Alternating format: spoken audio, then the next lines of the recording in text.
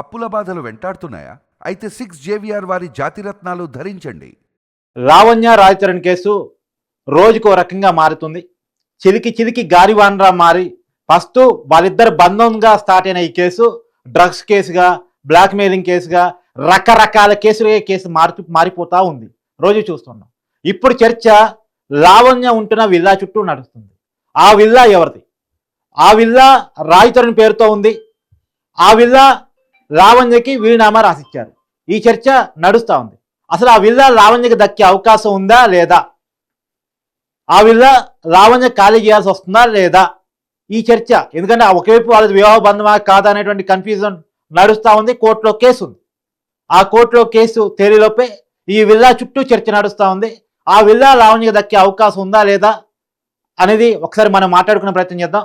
మనతో ఉన్నారు ప్రముఖ సుప్రీంకోర్టు న్యాయవాది ఆజాద్ గారు, సాయి కృష్ణ ఆజాద్ గారు మనతో ఉన్నారు. సార్ నమస్కారం అండి.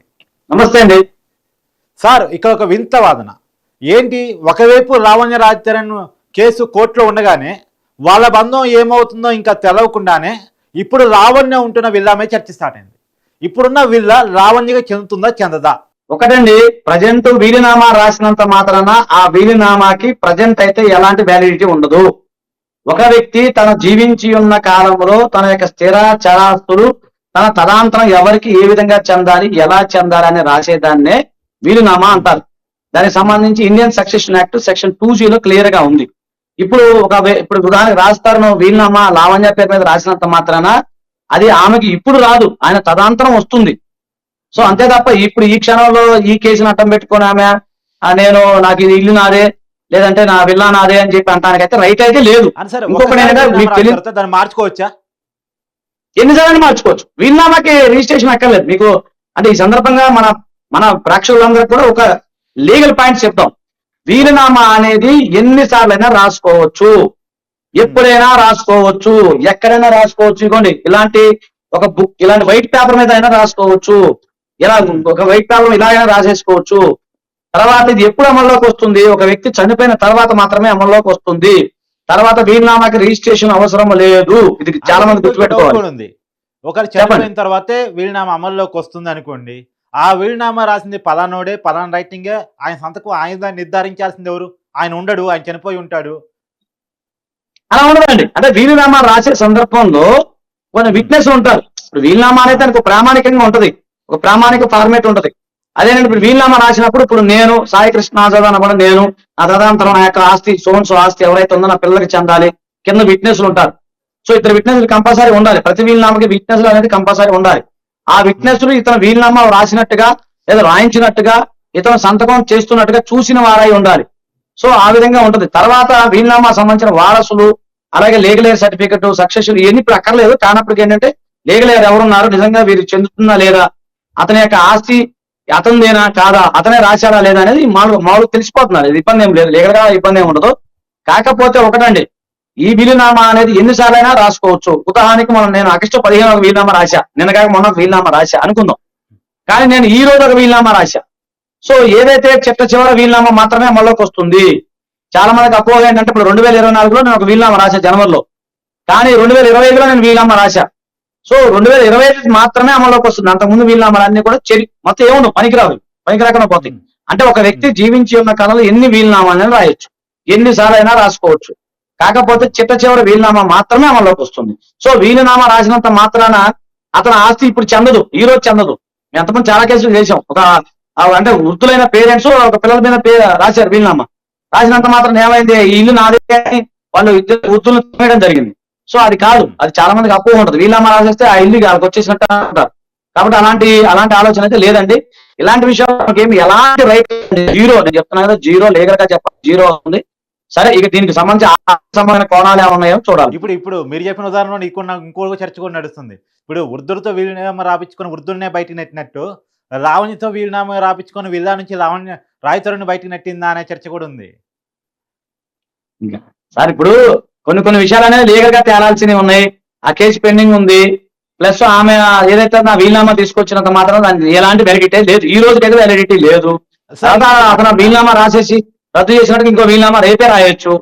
దానికి ఎలాంటి ప్రామాణికాలు అంటూ ఏముండవు. వీలునామా ద్వారా ఎలాంటి దానికి సంబంధించిన ఏముండవు. ఇంకాకపోతే ఏంటంటే ఇప్పుడు ఆమె పెళ్లి చేసుకుంది, అతను నా భర్త అని రుజువు చేసుకుంటే మెయింటెనెన్స్ వస్తుంది, అంతగానే ఏమొస్తుంది మెయింటెనెన్స్ తప్ప ఏమొస్తుంది? అప్పుడు నేను అదే క్వశ్చన్ అడగబోతున్నాను. ఇప్పుడు వాళ్ళ వివాహ బంధాన్ని గౌరవ కోర్టు తేల్చాలి, అది వివాహమా కాదా అనేటువంటిది. ఒకటి వివాహంగా తేలితే అప్పుడు వచ్చే అవకాశం ఉంటుందా వీళ్ళ? రాదండి, అలా ఇప్పుడు కూడా రాదు. నేను అదే చెప్తున్నా. భర్త సెల్ఫ్ ఎక్వైర్ ప్రాపర్టీలో భార్యకి రైట్ లేదు, పిల్లలకి రైట్ ఉండదు. ఇది గుర్తుపెట్టు, నోట్ దిస్ పాయింట్. భర్త తనకు తాను సంపాదించిన ఆస్తిలో అంటే సెల్ఫ్ ఎక్వైర్ ప్రాపర్టీలో భార్యకి రైట్ ఉండదు, పిల్లలకే రైట్ ఉండదు, ఈ ప్రపంచంలో ఎవరికీ రైట్ ఉండదు. అతని యొక్క ఆస్తి అతని ఇష్టం, ఎవరికైనా ఇచ్చుకోవచ్చు, దారిని పోయే దానైకి కూడా ఇచ్చుకోవచ్చు.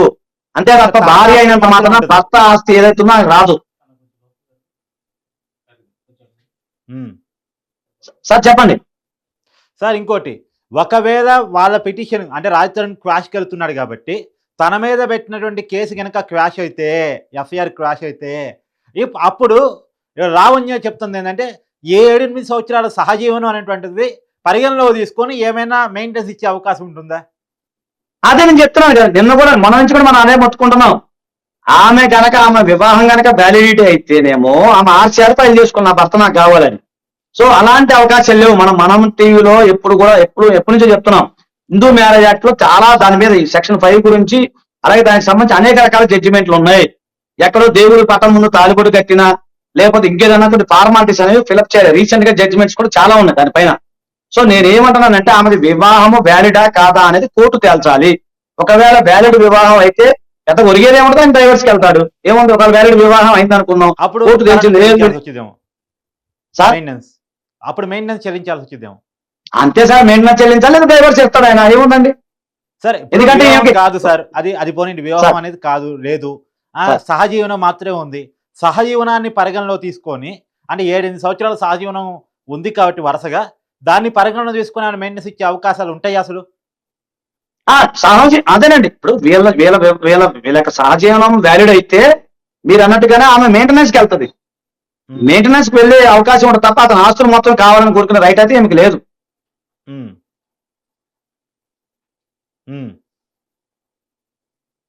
అజయ్ గారు సార్ క్లారిటీ ఉందా? క్లారిటీ ఉంది, చెప్పండి, ఇప్పుడు చెప్పండి. ఒకటండి, అలాగే ఇప్పుడు ఇతను విల్లా గానీ ఇతని ఆస్తులు కానీ ఏమీ లావణ్యత రావండి. ఒకటి చెప్తున్నారు, రానే రావు. ఆమె యొక్క వివాహము చెల్లలేదు, ఆమె వివాహము చెల్లదు. అది కోర్టులో వాళ్ళు కోర్టు వారు అడిగిన సందర్భంలో వాళ్ళు ఎలాంటి విట్నెస్లు సాక్ష్యాధారాలు సమర్పించలేదు. అదొకటి. కేవలం వీళ్ళిద్దరి మధ్య జరిగింది సహజీవనం మాత్రమే. అందులో ఏమో డ్రగ్స్ ఎడిక్ట్, దీనికి సంబంధించిన మన ఛార్జ్ షీట్ అన్ని మన దగ్గర ఉన్నాయి. దీనికి సంబంధించి అనేక వీడియోలు వచ్చాయి. ఆమెకి ఇష్టంతో పాటు అనేక వాళ్ళతో వేరే వాళ్ళతో రకరకాల పరిచయాలు ఉన్నాయని చెప్పి మనకి వీడియోలో కనపడతా ఉంది, చూస్తా ఉంది. కాబట్టి ఏంటంటే ఆమె ఎంత పోరాటం చేసినా ఒకటే, నన్ను పెళ్లి చేసుకుంటాడు అని చెప్పి అలాగా లేదా మెయింటెనెన్స్ విషయంలో వెళ్ళే అవకాశం ఉంటుంది తప్ప అతని ఆస్తి, అతని విల్లాసు, అతను సంపాదించిన ప్రాపర్టీ ఏమికి రాదు. నిజంగా వాళ్ళిద్దరి మధ్య పెళ్ళైనా కూడా రాదు. పెళ్ళైనా రాదు. ఓకే, పెళ్ళైనా రాదు అంటే కాదంటే అసలు రావడానికి అవకాశం లేదు. పెళ్లి కానప్పుడు శిక్ష ఏదైతుందో అది నిజంగా వీళ్ళిద్దరి మధ్య నిజంగానే ఇతను ఈమెను మోసం చేశాడు, పెళ్లి చేసుకుని మోసం చేశాడు, ఇద్దరి మధ్య బౌండింగ్ ఉంది, లేదా ఇతను మభ్య పెట్టాడు అంటే అది రుజువు అయినప్పుడు కదా లెక్క, రుజువు అయినప్పుడు. సో దీనికి లిమిటేషన్ కూడా అయిపోయిందండి. 14 years సార్ చెప్పండి. 14 years చెప్పండి. లిమిటేషన్ కూడా అయిపోయింది. 14 years లిమిటేషన్ ఉంటుంది కదండి. ఈమె వదిలేసి వచ్చేసింది, అంతా అయిపోయింది. మీకు ఒకటి చెప్తా, ఒకవేళ నిజంగా వ్యాలిడ్ వివాహం అయినప్పటికి కూడా భార్యాభర్తలు 2 సంవత్సరాల కంటే పైగా ఎక్కువగా విడివిడిగా నివసిస్తారో it leads to desertion ground, it leads to divorce. ఒకవేళ మీరన్న పాయింట్ కరెక్ట్ గా వస్తున్నా కార్తీక్ గారు. ఇప్పుడు ఇద్దరు పెళ్లి వ్యాలిడ్, కరెక్ట్ గా నిజాయితీగా జరిగింది. ఈ పెళ్లి చట్టబద్ధం అయినప్పుడు అతను ఏం చేస్తాడు, డైవర్స్ చేస్తాడు. ఏముంది అందులో, సింపుల్ కదా. సో ఇప్పుడు లావణ్య కోరుకుంటున్న విల్లా అయితే, లావణ్య ఉంటున్న విల్లా కోరుకుంటుందా లేదా పక్కన పెడితే, లావణ్య ఉంటున్న విల్లా లావణ్య చేతిలోకి వెళ్ళే అవకాశాలు చాలా తక్కువ అంటారు. చాలా తక్కువ అండి. అదే నేను చెప్తున్నా కదా, ఆ విల్లా అతని పేరు ఉన్నప్పుడు అతని పేరునే ఉంది, అతనే సెల్ఫ్ ఎక్వైర్ ప్రాపర్టీ, దాన్ని అతను కష్టపడి సంపాదించుకున్నాడు, స్వాధ్యతంతో సంపాదించుకున్నాడు. కాబట్టి ఆ యొక్క స్వాధ్యతపు ఆస్తిలో ఈవెన్ ఆమె సొంత భార్య అయినప్పుడు కూడా రైట్ ఉండదు. అది క్లియర్, లీగల్ గా చెప్తున్నాను నేను. అదే లీగల్ గా. సరే, చాలా వ్యాలిడ్ పాయింట్స్ చెప్పారు వాస్తవానికి. సార్ ఇంకొకటి, సహజీవనాన్ని చెప్పండి. మ్యారేజ్ గా కన్సిడర్ చేసే అవకాశం ఉందా? కొన్ని సంవత్సరాల అవును, పాటు అవును. కలిసి సహజీవనం చేస్తే దాన్ని మ్యారేజ్ గా కన్సిడర్ చేసే అవకాశం ఏమైనా ఉంటుందా చట్టంలో? సహజీవనం మీరు 100 సంవత్సరాలు కలిసి ఉన్నా వ్యాలిడ్ వివాహం కాదు. ఉమ్, దాన్ని సహజీవనంగానే పరిగణించాలి. అంతకుముందు దానికి సంబంధించిన ప్రత్యేక చట్టాలు అంటూ ఏమి లేవు. తర్వాత 2010లో ఓకే ఇద్దరు కలిసి ఉంటున్నారు కాబట్టి అది సహజీవనంగా పరిగణించినప్పుడు ఇద్దరు కలిసి ఉన్నారనే పరిగణించాలి తప్ప పెళ్లి అనే పదం అయితే రాదు. మరి సహజీవనం కాకపోతే హక్కులు వాళ్ళ ఉంటాయా? సహజంగా హక్కులు ఏముంటాయి సార్? ఏముంటాయి? మెయింటెనెన్స్ తప్ప ఏముంటది? ఇంకంతకన్నా ఏముంటది మెయింటెనెన్స్ పుట్టిన పిల్లలకు? మెయింటెనెన్స్ వస్తుంది. సార్ మెయింటెనెన్స్ వస్తుందా సహజీవనం? మెయింటెనెన్స్ చేసుకుంటుంది ఆమె, మెయింటెనెన్స్ చేసుకోవచ్చు, మెయింటెనెన్స్ వస్తుంది. ఉమ్, ఉమ్. అది కూడా వీళ్ళిద్దరు సహజీవనం చేస్తున్నారు, కలిసి ఉన్నారని రుజువు చేయగలగాలి. సార్ ఇప్పుడు దానికి మన చాలా ప్రభుత్వం సాక్ష్యాధారాలు, దానికి చాలా సాక్ష్యాలు కావాలి, దానికి చాలా సాక్ష్యాధారాలు కావాలి, ఇవన్నీ ఉంటాయండి. ట్రైల్లో ఇప్పుడు తేలదాది తెలిసరికి చాలా సంవత్సరాలు పడుతుంది. సార్ ఇంకొకటి కూడా మనకు అందుతున్న సమాచారం ప్రకారం రాజ్ తరుణ్ క్వాష్ పిటిషన్ వేసుకుంటున్నాడు. క్యాష్ అయ్యే అవకాశం ఉందా తన మీద పెట్టిన కేసు? ఈజీగా అవుతుందండి. ఏముందండి దాంట్లో? ఎవిడెన్స్ ఏముందండి? వాళ్ళిద్దరు భార్యాభర్తలను ఎవిడెన్స్ వాళ్ళు ప్రొడ్యూస్ చేయాల. ఏదో ఏదో మీడియాకి వచ్చి గొంతు చించుకొని అరవటమో, లేక వాళ్ళని బూతులు తిట్టడం, లేకపోతే ఎదుటి వాళ్ళని ఏదో డైలమాలో పడేయటం, అది తప్ప సబ్జెక్ట్ ఉందా అక్కడ? ఈ విషయం కోసం ఆ పిల్లోడిని అనవసరంగా బూతులు తిట్టడం, అతని పైన చెప్పులు ఇసిరేయటం, అతని పైన దాడులు చేయడం తప్ప మీకు మీ దగ్గర ఏదన్నా క్లియర్ గా ఉన్నట్లయితే అది కోర్టులో సబ్మిట్ చేసి కోర్టులో పోరాడాలి. అంతేగాని శేఖర్ భాష మీద చెప్పు తీసుకుని కొట్టడం, లేదా ఇంకోటి మీద దాడులు చేయటం, లేదా ఇప్పుడు మానంటుడు ఎవరో ముందుకు వస్తే వాడికి బూతులు తిట్టడం, అది కాదు కదండి. అది ఎవరు సహించరు, అంత చేతగానోడు ఎవరు ఈ ప్రపంచంలో ఎవరు ఉండడు. కాబట్టి మేము ఏమంటున్నామంటే మీకేమైనా ఎవిడెన్స్ ఉంటే, మీకేమైనా సాక్ష్యాధారాలు ఉంటే కోర్టులో సబ్మిట్ చేసుకోండి, కోర్టులో పోరాడండి, కోర్టు నుంచి ఆర్డర్ తీసుకురండి, ఒపేదల్లా రెస్పెక్ట్ చేద్దాము. అంతేగాని మీరు ఇష్టం వచ్చినట్టు మీడియాలో మాట్లాడేసి బూతులు తిట్టేస్తే అయిపోతుందా?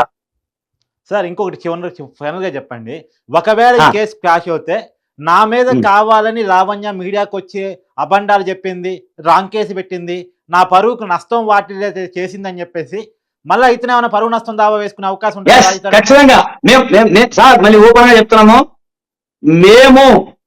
మేము ఖచ్చితంగా ఆమె పైన డిఫర్మేషన్ వేయడానికి సిద్ధంగా ఉన్నాము. ఓకే, రేపు ఎల్లుండో ఇవాళ కానీ రేపు కానీ మీడియా ముందులో అవన్నీ మేము నోటీసులు కూడా పంపించడానికి సిద్ధంగా ఉన్నాము. డిఫర్మేషన్ కేసు 100% ఆమె మీద పడుతుంది. ఎందుకు అంటే చాలా అవకాశం ఉందా? ఖచ్చితంగా అండి, ఖచ్చితంగా. మీకు విషయం చెప్తా కార్తీక్ సారు, అంటే మీకు తెలియదు, మీకు తెలియని లా కాదు. ఈ మధ్య కాలంలో ఒక జడ్జిమెంట్ నేను మీకు పంపిస్తాను. ఆ జడ్జిమెంట్ లో ఒక మహిళ తనను రేప్ చేశారని చెప్పి ఒక ఫాల్స్ కేసు పెట్టింది. కోర్టు వారు మందలించి ఆమెకు 10,000 రూపాయలు ఫైన్ వేసి 1 నెల రోజులు జైలు శిక్ష వేశారు. సో అలాంటి కేసులు కూడా, అలాంటి జడ్జిమెంట్స్ కూడా మన దగ్గర ఉన్నాయి. సో ఇప్పుడు ఏమేదో ఇట్లా అయిపోయింది, ఇలా అయిపోయింది, ఇలా పెట్టేశాను కేసు పెట్టంటే ఎట్లా అవుతుందండి? అది మీడియా పరంగా కాదు కదా. కోర్టుకు కావాల్సిన సాక్ష్యాధారాలు అవన్నీ సమర్పించాలి. మనం ముందు చూపే చెప్పాము, మనం టీవీలో ముందే చెప్పాను, వ్యాలిడ్ మ్యారేజ్ కి ఉండాల్సిన అంశాలు ఏమున్నాయి, వ్యాలిడ్ మ్యారేజ్ ఒక వ్యక్తి వ్యాలిడ్ మ్యారేజ్ చేసుకున్నారంటే దానికి సంబంధించిన వివరాలు ఏ విధంగా ఉంటాయి అది క్రిస్టల్ క్లియర్ గా మనం చెప్పడం జరిగింది. బెయిల్ విషయంలో సార్ చెప్పింది మీరు ఒక రోజు చెప్పిన మరుసటి రోజే రాజ్ తరుణ్ బెయిల్ వచ్చింది అంటున్నాను. అంతే కదా సార్, మరి 25 years ఎక్స్పీరియన్స్ సార్, మీకు తెలియదు ఏముంది? ఎన్ని రోజులే సార్, ఇన్ని 100 కేసులు 1000 కేసులు మనం పోరాడుతూనే ఉన్నాం. మీకు తెలియదు ఏముంది? మొన్న మీకు తెలియదు ఏముంది? అంతా ఏ మీడియాలో కూడా అంత రాని చర్చని మీరు 5 నిమిషాల్లో ముగించేశారు మీ యొక్క వాక్చాతుర్యంతో. దుబాటి శ్రీనివాసరావు గారి విషయంలో మరి సార్ ఇవన్నీ ఎక్స్పీరియన్స్ సార్. అంతేగాని ఏదో నిన్నగాక మొన్న మనం ఏదో ఒక 4 years ఎక్స్పీరియన్స్ లేకపోతే 2 years బ్యాక్ ఎక్స్పీరియన్స్ వచ్చేసి మీడియాలో గుర్తించుకొని అరిచేస్తే అది కాదు కదా సార్. చట్టం వేరు, మీకు తెలియదు ఏముంది సార్? మీరు న్యాయాన్ని అవపోసపట్టిన వాళ్ళు మీరు, మీకు తెలియదు ఏమో, మీరు న్యాయ నిపుణులు, నేను అందరం న్యాయ నిపుణులమే. ఈ నిన్నగాక మొన్న వచ్చిన అది అంటారు కదా, పిల్లకాకి ఏం తెలుసు ఉండేది దెబ్బ అని ఒక సామెత ఉంది. పిల్లకాకులకి ఏం తెలుసు, మనం అనుకోరగానే ఎవరిని.